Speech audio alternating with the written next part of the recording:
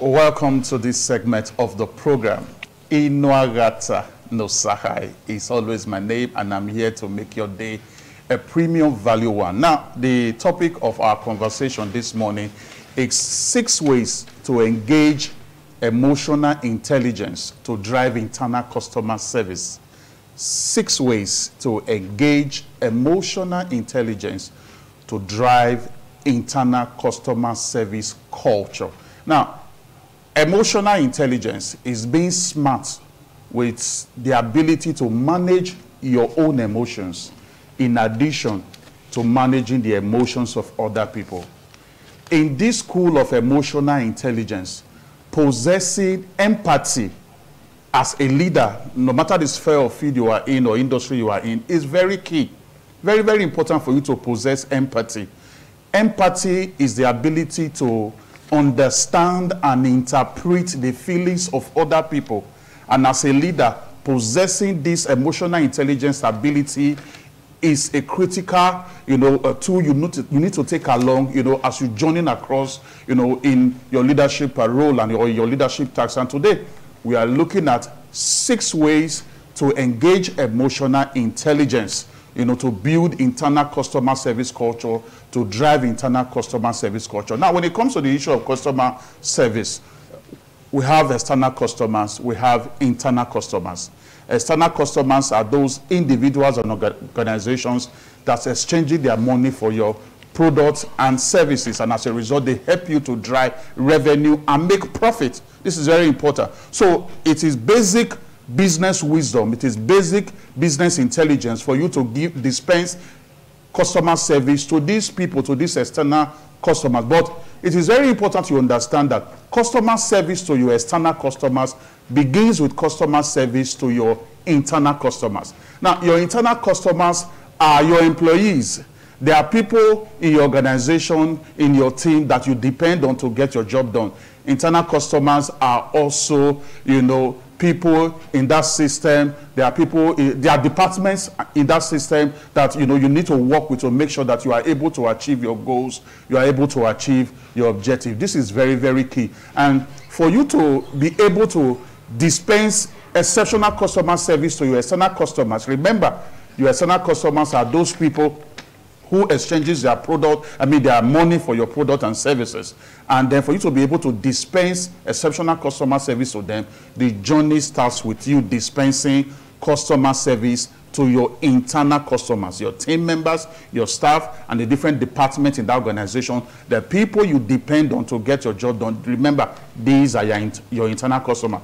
Now, in this kind of conversation, there is no way I will not bring into the equation the law of employee engagement, or the golden rules of employee engagement. And what does that state?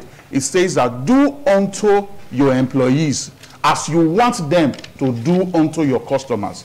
Do unto your employees as you want them to do unto your customers. In other words, the way you want your employees to treat your customers, start treating them in that same manner. This is very important. The topic of our conversation is 6 ways to engage emotional intelligence to drive internal customer service culture.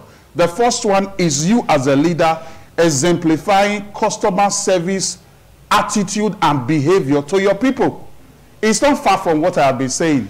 As model the behavior you want to see before your people. Now let's recall the golden rule of employee engagement. Do unto your employees as you want them to do unto customers. That is just a summary of it all. Model the kind of behavior you want your customers, your employees to exhibit to your customers. Model that behavior before them. This is very key. There is no way you will actually drive internal customer service culture with you, exhibiting the kind of attitude, that doesn't augur well with the entire system. It's very important for you to exemplify that kind of culture. Now, number 2 way to make sure that you are able to engage emotional intelligence to drive internal customer service culture is for you to get your people involved to make them feel valued. Get them involved to make them feel valued. Now, the system go through challenges from time to time. They have issues, they need to pull through.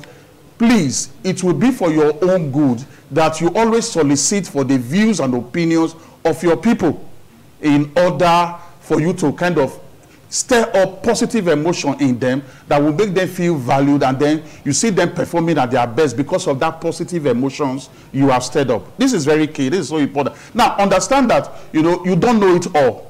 The master's degree and the PhD degree you had 5 to 10 years ago, with the way things are changing in our world today, is somehow becoming obsolete. So you need to understand that these young people around you, the people working with you, they are also assets for you to leverage on, for you to take things to the next level. Then the third one, avoid the web of playing favorites. Now, playing favorites is you now having a team member or an employee that every staff member knows that you love most. They now recognize that it is Nosa, the HOD, love most. It is Nosa, the CEO, love most. Now, this is very dangerous if it is not well managed. It can lead to bias conflict resolution. Bias conflict resolution is a situation whereby you resolve a conflict in favor of the offender and against the offended. This is going to drive negative emotion in the system. Please avoid playing favorite. Then the fourth one, make the onboarding experience of your newly employed an endearing one. When you bring people into the system, you just recruit people into the system, the kind of onboarding experience you are going to give to them, the orientation, the induction, should connect their heart with your vision, should connect their heart with your culture. If tomorrow they even have the opportunity of working with another employer, probably because of better pay, they will want to stick with you because during your onboarding experience, you were able to connect them to catch the vision, to embrace the culture, and you just hear the employee say, "It's not. It's not for the money. There is a fulfillment. There is this enjoyment I have, for my employer and for the system." This is very important. Then the fifth one, avoid talking down your people in the presence of your external customers, no matter the performance failure. This is one way many leaders, have demoralized and, just ripple negative emotion, in their team, whereby probably there is a performance failure from, on the part of a particular employee or team member. And then right there in the presence of external customers, those who come to buy your product and engage your services, you are talking down this employer, you are talking down this team member, you are using debilitating and insulting words, to just demoralize this team member. And, that is going to ripple negative emotions, in the entire team. Do you also know that other team members that may not be involved in that issue, they can also get demoralized because they start having this mindset that one day it will also be their turn, and that will just demoralize the entire system. You must make sure that you avoid this kind of situation. The sixth one, which is the concluding one, is for you to always communicate. Keep your people updated with development in the system, with the challenges the system may be going through, because this is going to help you to help them to help you. I remember when I was in the fund, working with a fund management company, a portfolio management organization, you will be in the field. I will travel out of my, location, go to another city, another state, and I'm, driving a concept they have told me about their product, their services. And while I'm there, maybe spending a week or 3 days over there in that other city or state, things have changed in the office, and I'm not updated. I'm out there in the field driving, a stale message about the company's product and service, and then prospects and customers, they buy into this idea. They're coming back to the office to, get the report back to them. I found out that I'm behind.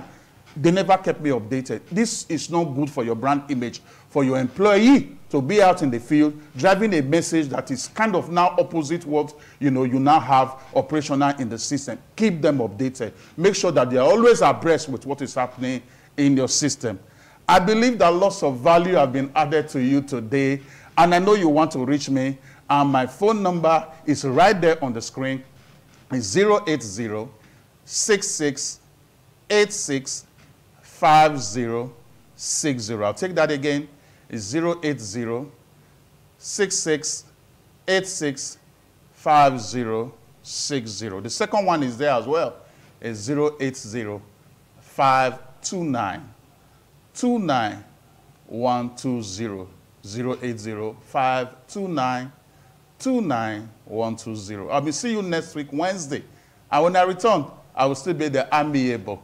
Inuagata no Sahai. God bless you. And of course,